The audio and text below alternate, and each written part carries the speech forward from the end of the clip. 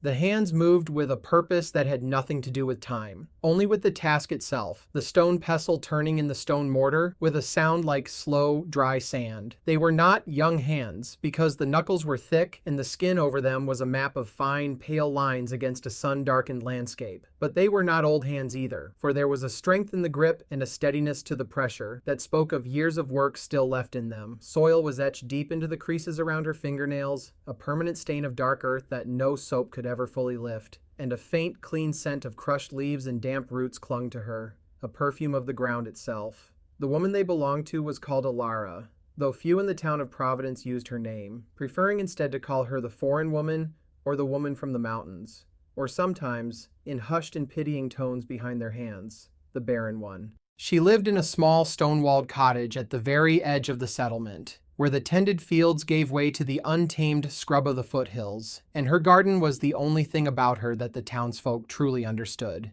because it was a thing of wild and furious life. It was not a neat garden of straight rows and polite vegetables, but a chaotic tapestry of herbs and flowers and strange-looking greens, some of which they recognized and many of which they did not, all of it growing with a thick and stubborn vitality that seemed to mock the orderly plots inside the town proper. She had been here for 5 years, arriving one autumn afternoon on a tired-looking mule with 2 canvas sacks and no explanation.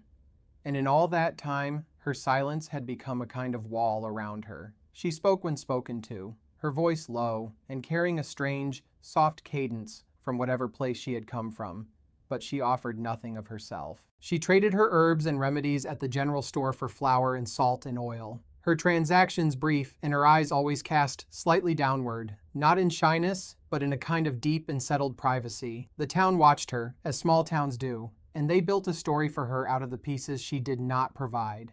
A story of loneliness and loss, a story that made them feel better about their own small, predictable lives. They saw her childless state and called it a curse, a sign of some inner failing.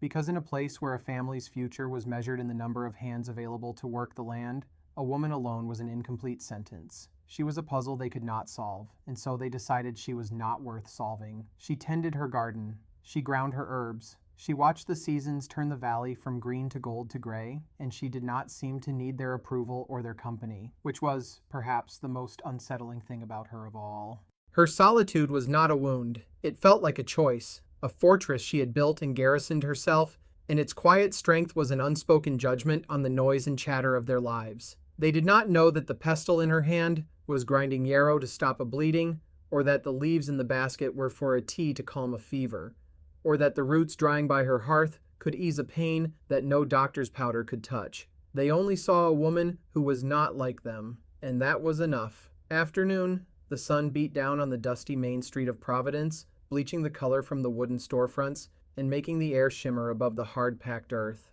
From his office, with its large glass window that looked out onto this quiet domain, Dr. Alistair Finch watched the world with an air of proprietary satisfaction, his hands clasped behind his back. He was a man of science and education, a man who had brought modern medicine to this backward edge of the world, and he saw the town and its people as his personal project, a collection of simple organisms to be managed and improved under his enlightened care. His instruments were German steel, his books were bound in fine leather, and his pronouncements were delivered with the calm, unshakable certainty of a man who has never been wrong about anything important. His greatest acquisition, however, was not his polished microscope or his collection of anatomical charts, but his wife, Lydia, whom he had brought back from a trip to the East a year ago. She was as pale and delicate as he was robust and confident, a slip of a girl with hair the color of straw and eyes the color of a washed-out sky, and he treated her with the same careful, condescending pride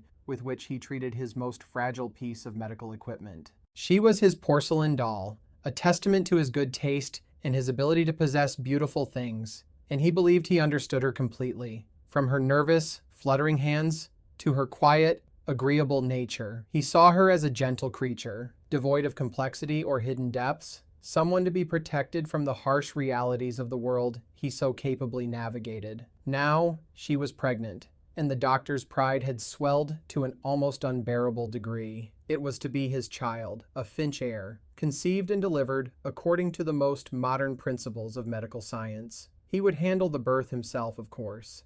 He had dismissed the very idea of a midwife with a contemptuous wave of his hand, calling them meddling old women with their superstitious nonsense and their dirty hands. "We will have a clean scientific birth, my dear," he had told Lydia, his voice leaving no room for discussion. "No need for any of that folk foolishness." He spoke of it as if it were a surgical procedure, a matter of precise measurements and calculated interventions, a battle of intellect against the messy, unpredictable forces of nature. Lydia would simply lie there, a passive vessel for his expertise, and he would deliver his son. He was certain it would be a son into the world. He would prove, once and for all, the supremacy of his knowledge over the ignorant traditions of the past. Lydia, for her part, had simply nodded, her eyes downcast. She had heard the women in town whisper of the other woman, the one at the edge of town who knew about herbs and birthing, the one they went to for things they did not want to bother the doctor with. But she had never dared to voice such a thought to Alistair. His certainty was a wall around them both, and she had long ago learned that it was pointless to push against it. Instead, she would watch Elara from a distance when she came into town, noting the quiet competence in the woman's movements, the way her hands seemed to know things all on their own. She felt a strange, unspoken connection to the other woman's solitude, a recognition of a different kind of strength, one that did not need to announce itself so loudly. It was a secret she kept. A small, private defiance in the well-ordered world her husband had built for her. A storm was gathering in the west, the clouds piling up in dark, bruised masses over the distant mountains. It was still a long way off, but she could feel the change in the air, a heavy, electric stillness that promised a reckoning. That night, the first pains came just after dusk, far too early, a sharp and vicious cramping that stole Lydia's breath and left her trembling. They were not the gentle, rolling contractions the doctor's books had described, but something tight and angry, a knot of resistance deep within her. Alistair, at first, was unconcerned, patting her hand and speaking in a calm, lecturing tone about the preliminary stages of labor, as if her body were a student in his classroom that simply needed to be reminded of the proper procedure. He timed the pains with his silver pocket watch, made neat little notes in his ledger, and explained the mechanics of it all in precise anatomical terms that had nothing to do with the searing reality of what she was feeling. He was a man observing a fascinating but predictable natural phenomenon, confident in his ability to control it. But the pains did not subside or settle into a rhythm.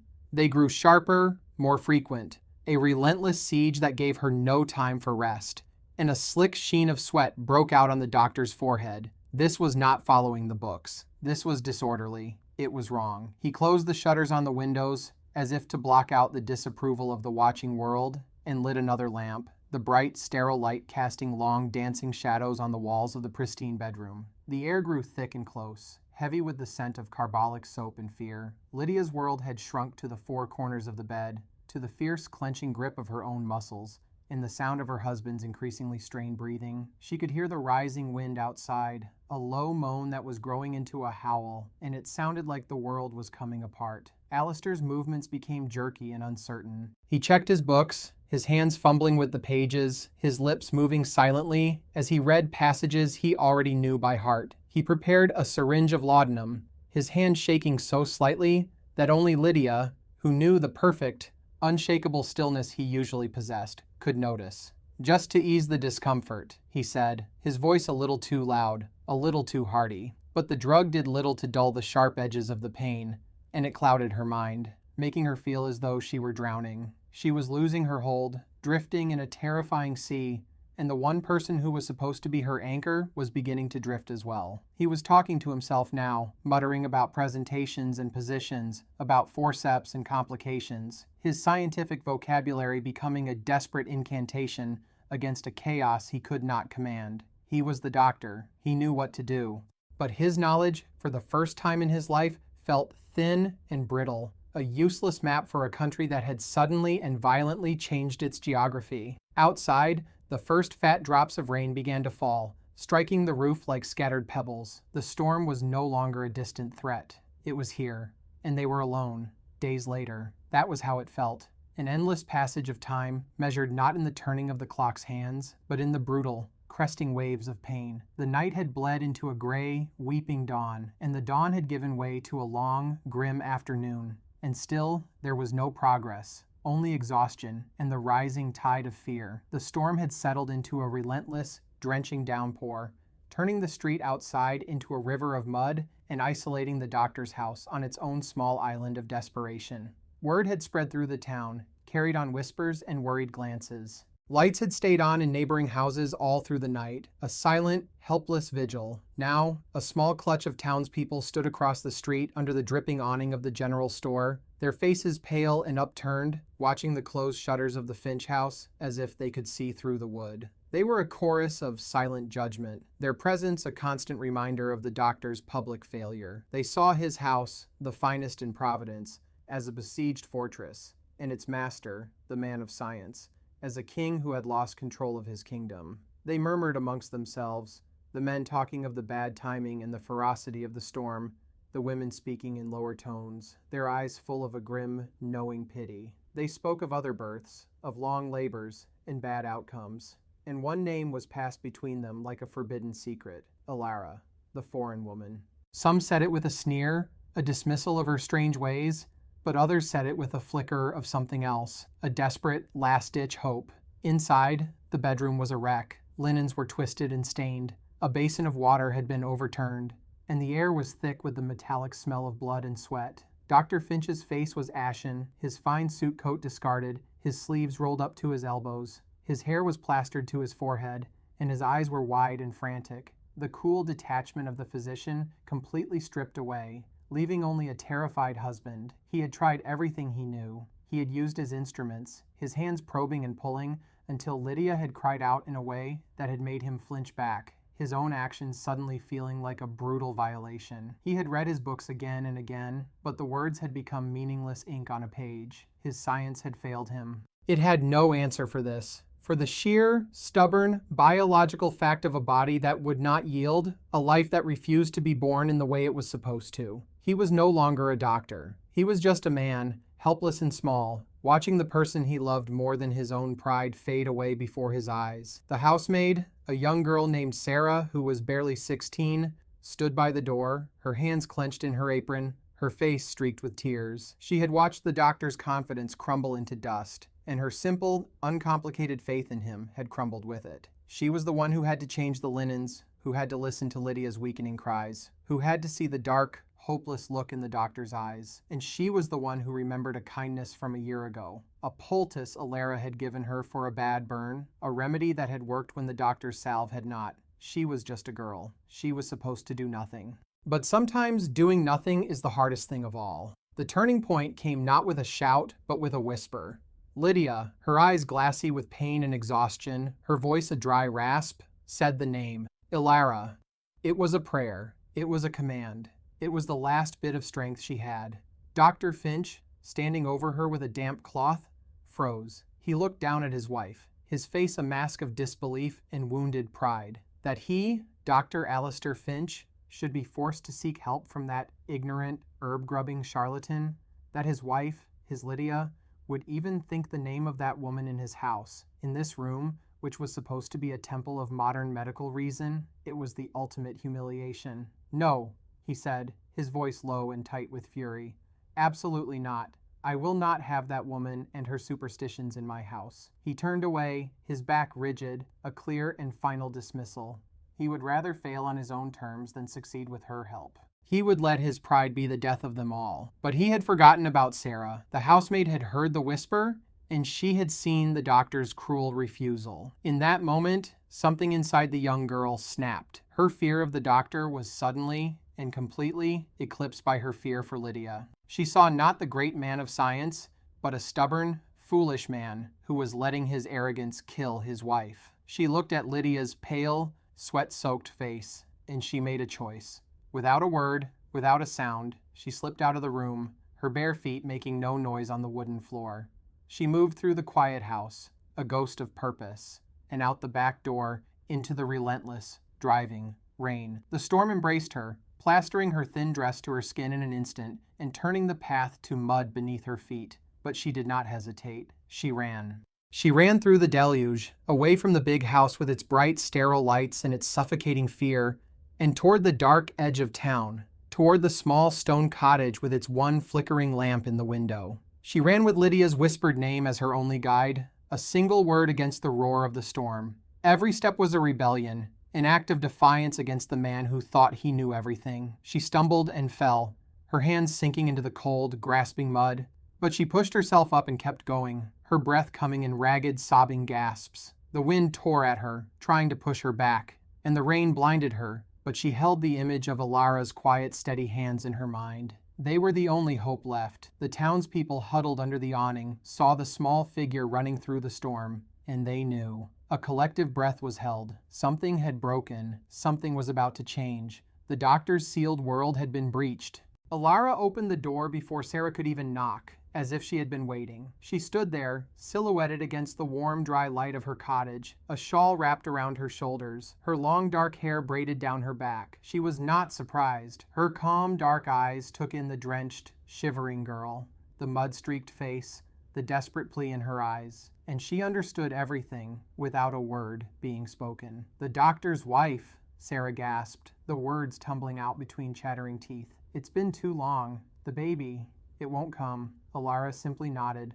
a slow, grave acknowledgement. She turned and picked up a heavy oilskin bag that was already sitting by the door, a bag that looked as though it had been packed and ready for hours, or days, or years. She pulled her shawl tighter, handed Sarah a thick wool blanket from a nearby chest, and stepped out into the storm, pulling the door shut behind her. She did not seem to feel the cold or the rain. She moved through the gale with a slow, deliberate stride, her head bowed against the wind, her feet finding solid ground in the churning mud, as if she knew its every secret. She was a part of the storm, not a victim of it, a force of nature answering a call from another. When they reached the doctor's house, drenched and breathing hard, they did not go to the back door. Elara walked straight to the front, up the 3 pristine steps, and stood before the imposing oak door. She did not knock. She waited. A moment later, the door was thrown open, and Dr. Finch stood there, his face a thunderous mask of rage and disbelief, his eyes, bloodshot and wild, fixed on Elara, and a sneer twisted his lips.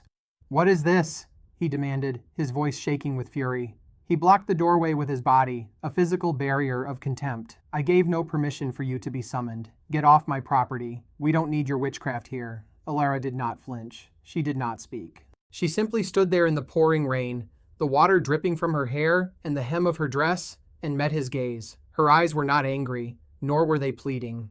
They were perfectly, unnervingly still, and they held a deep, quiet knowledge that seemed to see right through his blustering pride and into the terrified man cowering beneath it. It was a silence more powerful than any argument. It was a silence that knew things he did not. From deep within the house, a low, guttural moan of pain tore through the air, Lydia's voice, raw and animalistic. The sound shattered the doctor's composure. His shoulders slumped, the fury draining out of him, replaced by a wave of crushing, abject despair. He looked from Elara's calm face to the dark hallway behind him, and he was lost. He was beaten. Without a word, he stepped aside. It was not a gesture of welcome. It was a surrender. Elara walked past him, her wet boots leaving muddy footprints on his polished floor, and she did not look back. The bedroom was a place of deep disorder, the air thick with a tension so profound it was almost a physical presence. But Elara moved into the heart of it, as if she were entering her own garden, a space she understood completely. She ignored the scattered medical instruments, the open books, the general chaos of the doctor's failed efforts, her eyes going only to the woman on the bed. Lydia was pale as the sheets she was tangled in, her hair damp and matted, her eyes closed, her breathing shallow between the relentless, non-productive contractions. Elara placed her bag on the floor and went to the bedside, her movements unhurried and sure. She laid a hand on Lydia's forehead, a touch that was cool and dry and firm, and then let it rest on the high, tight mound of her belly, her fingers spreading gently, reading the knots of muscle, the position of the child, the language of a body at war with itself. She was not diagnosing a condition, she was listening to a story. Dr. Finch stood in the doorway, a useless, impotent observer in his own home, watching as this woman he despised took command of the room with nothing but her quiet presence. He wanted to shout, to order her out, to reassert his authority, but his throat was tight with failure, and he found he had no words left. He had built his entire world on the foundation of his own superior knowledge, and that foundation had crumbled to dust. Boil water, Elara said, her voice low and calm, not looking at him, but at the housemaid, Sarah, who had been standing frozen by the door. And bring me raspberry leaf from my bag, and clean cloths. Sarah, galvanized by a command she could understand, hurried to obey. Elara then turned her attention back to Lydia.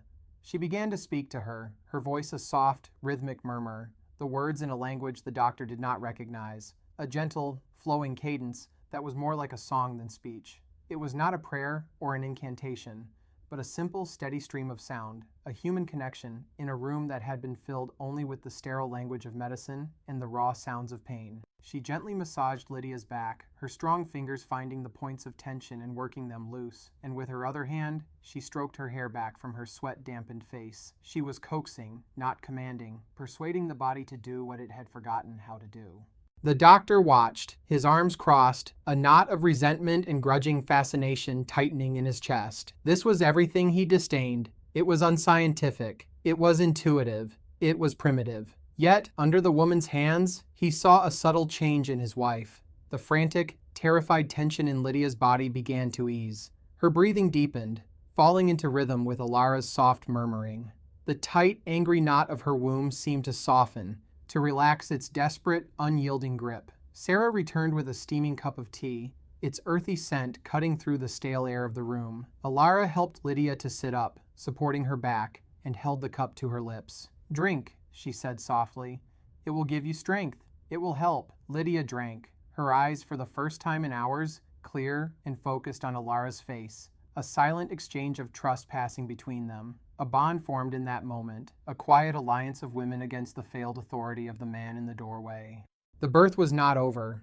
The hardest part was still to come. But the tide had turned. The hours that followed were a testament to a different kind of knowledge, one not found in books but passed down through hands and held in the body's memory. Elara did not use force. She used patience. She had Lydia get out of the bed, leaning against her, walking the small space of the room, using gravity as an ally instead of fighting it as an enemy. She showed her how to breathe with the contractions, not against them, to ride the great waves of force instead of being crushed by them. She worked with the pain, not as a symptom to be silenced with drugs, but as a guide, a map showing the way forward. She was a partner in the labor, not a commander of it. Dr. Finch remained in the room, a silent, brooding statue of his former self. He saw her use no tools but her hands, no medicines but her herbs, no science but a deep, profound understanding of the body's natural rhythms.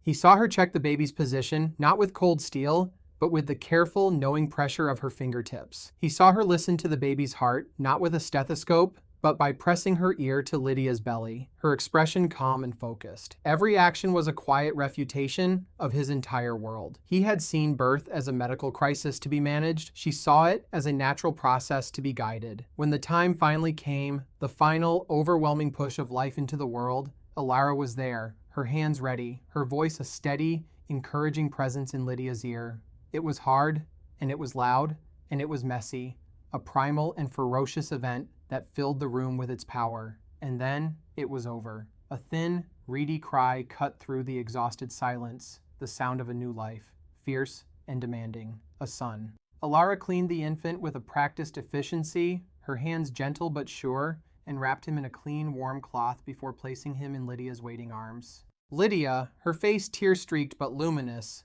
looked down at her child, and then her eyes lifted and found Elara's.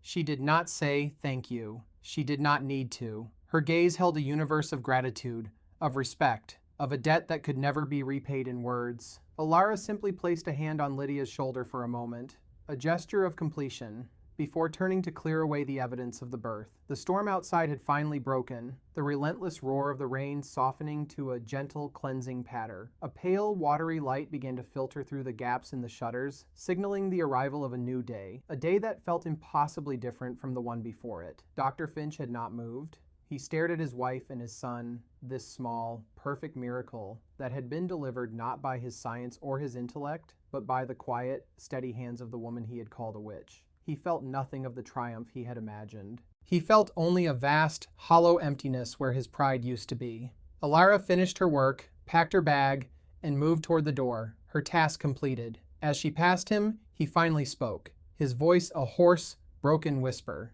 How? It was not a question of medicine. It was a question of existence, the plea of a man whose entire understanding of the world had been shattered.